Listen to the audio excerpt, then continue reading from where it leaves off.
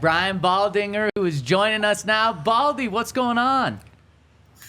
Well, happy Monday to you. Things are going good here in the great city of Philadelphia, and just sort of enjoying a little bit of downtime right now after this whole draft season just ended. Yeah, I love it. And Baldy, we've been talking about expectations for Bo Nix his rookie year, and I believe Vegas lines have it set at 2,900 passing yards, 18 passing touchdowns, 12 interceptions for Bo. Do you think that's about what to expect from him, or do you think that would be an underwhelming rookie season or overperforming if he does that?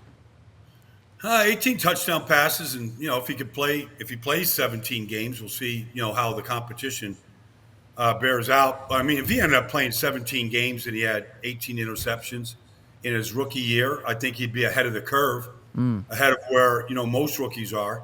But there's so many different factors that go into it. So, but look, I mean, you just go through the history of these guys and how many touchdown passes they throw in their first year. I mean, to go past 20, there's not many guys that do that in their first year. Yeah, definitely. We haven't asked you about Quinn Miners in a while, mostly because there've been other things going on. I mean, what? So after the season, he's up for a contract, or his contract expires. Would you be tempted to get that deal done now? And what do you think the market for him looks like? Are we should we expect to reset the guard market when the Broncos re-sign Quinn Miners? Well, I know the Eagles, kind of did that with Landon Dickerson earlier this year. They were drafted a year apart. I think Landon was 22 and Quinn was 21. Look, Sean Payton has a history of paying his guards. I mean, you look at what he did in New Orleans. He had the two highest paid guards in the league at one point. And so one just, got turned down for the Hall of Fame this year. But, there was a period of time when they paid their guards. So history says that he's not afraid to pay them. Not always his money, but, I mean, the organization paid two of the highest paid guards in the league for a period of time. So it has that on his side. But I think if he gets a free agency, he's going to get a big deal. Yeah. Because he's young. He's going into a second contract. So it's a question of, can you go draft somebody who's effective and can move people the way Quinn can and play as hard and be as healthy and everything that he can? Or do you go back into the draft to try to find that guy? Because that's really your options. They don't have a lot of depth there. So, but they don't have a lot of money either. So it's kind of a difficult situation right now. But I would favor hanging on to Quinn right now and trying to figure that out. Like, just kick the can down the road, prorate the contract, wait it at the back end of it. But I would try to keep him under contract if I could. Hey, Baldy, I want to get back to Bo real quick. I know everybody here in Denver is super excited. And they feel like the sky is the limit for Bo and Sean Payton. I know you've seen a lot of good quarterbacks, a lot of rookie quarterbacks. What are some realistic expectations for Bo and his performance as a rookie quarterback? Well, even if you look at, say, C.J. Stroud, he didn't set the world on fire the first week last year. Now, he had a great course of the season. He got hot at the right time. You look at Anthony Richardson, he came out and played pretty good, got hurt in the fourth game of the season. I mean, you just look at the history of these guys. Joe Burrow got hurt his rookie year. I mean, the big thing is, can you get somewhat execute the offense?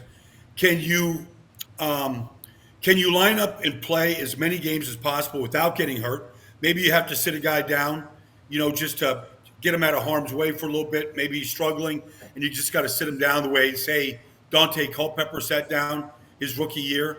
I was in Philadelphia when Donovan McNabb was the second pick in the draft, and they didn't start him right away.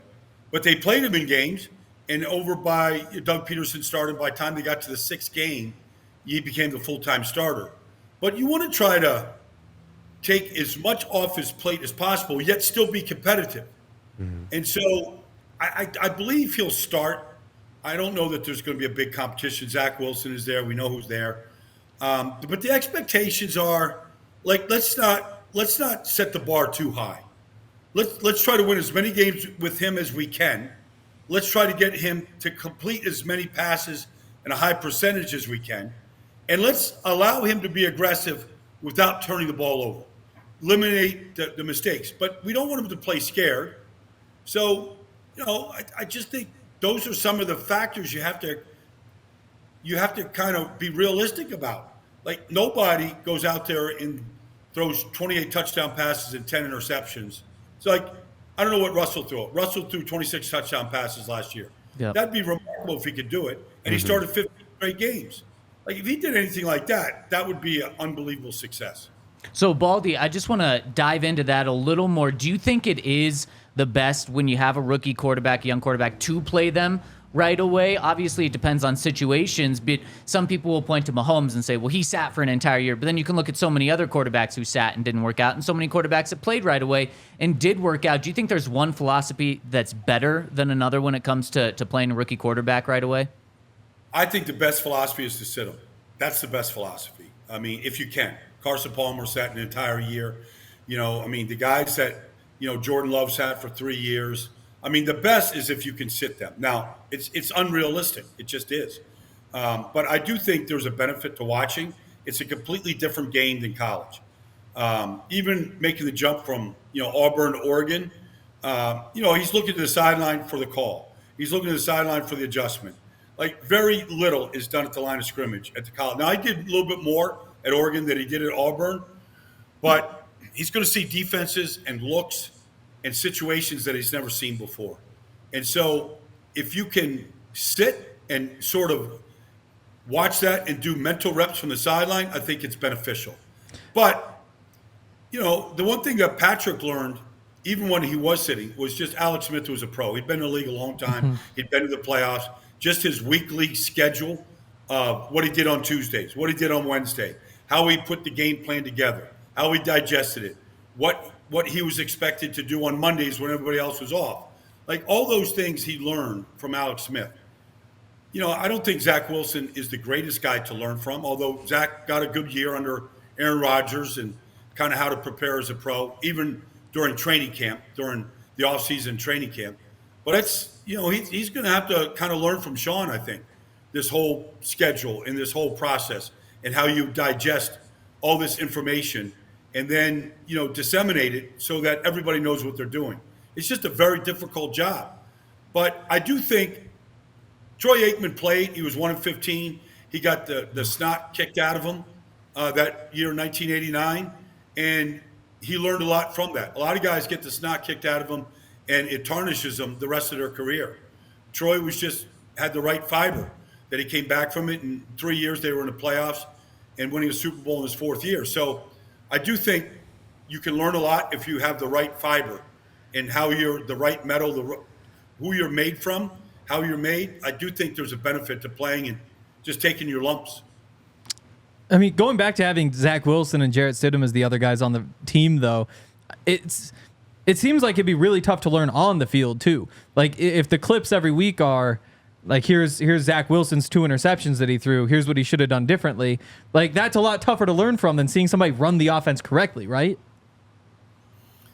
Yeah, I mean, I thought, honestly, like, they would benefit from having a real veteran quarterback in that room with Bo right now. You can't say that Zach Wilson is that guy.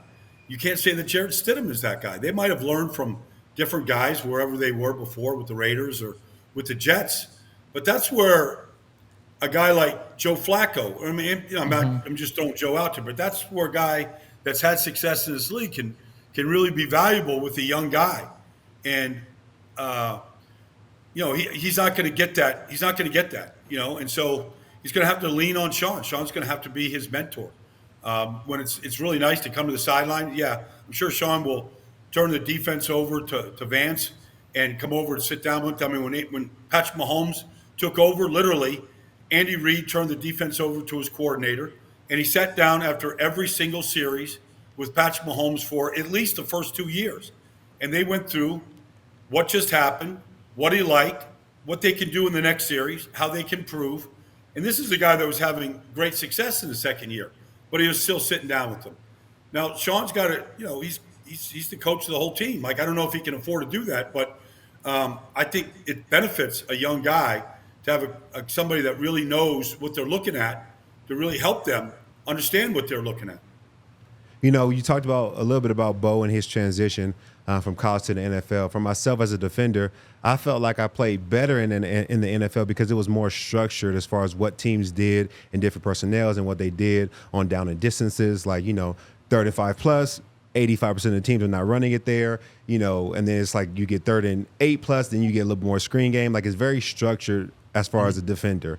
On offense, what's it like the transition from, college to the NFL and, the schemes that you get?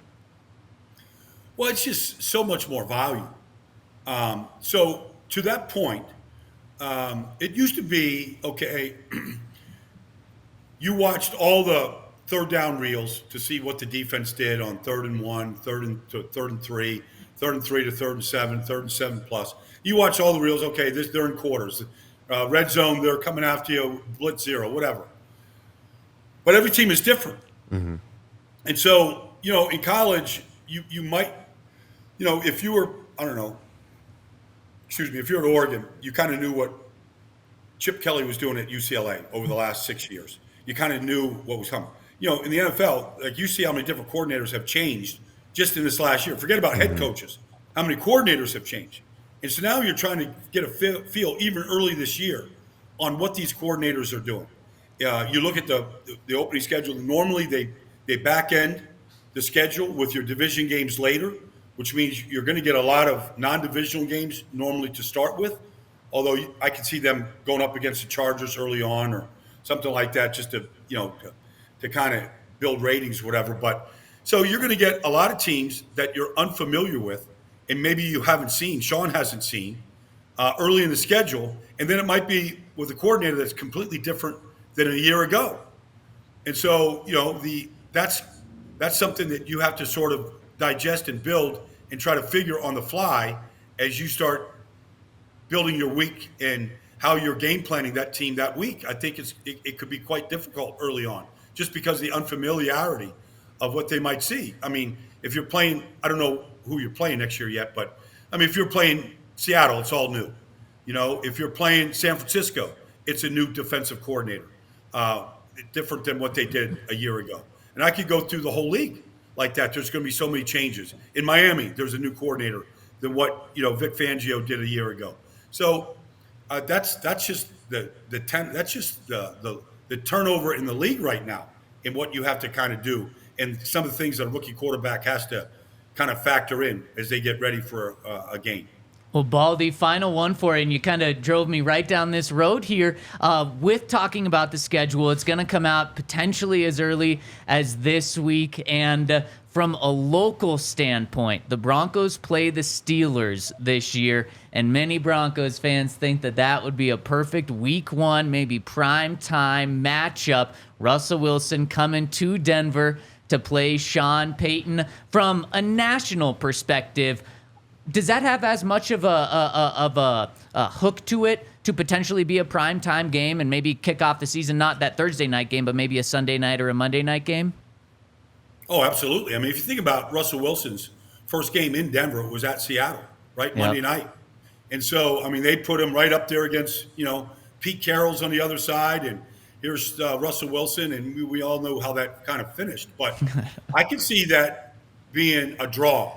Here's Russell Wilson, going up, against his former team, former coach, and just the friction that might exist, that does exist, that will exist. And some of the clips that we saw from last year, I could certainly see that build up as you start trying to build interest in each game. Like that I didn't really think about that, but that wouldn't surprise me at all. Like that would definitely play in real time right there. I love it, Baldy, and love having you on. Thank you so much for making time for us this week, and good luck with your shoulder surgery. We'll be thinking about you. All right. Thanks a lot, guys. I appreciate it. I'll talk to you soon. Thanks, Baldy.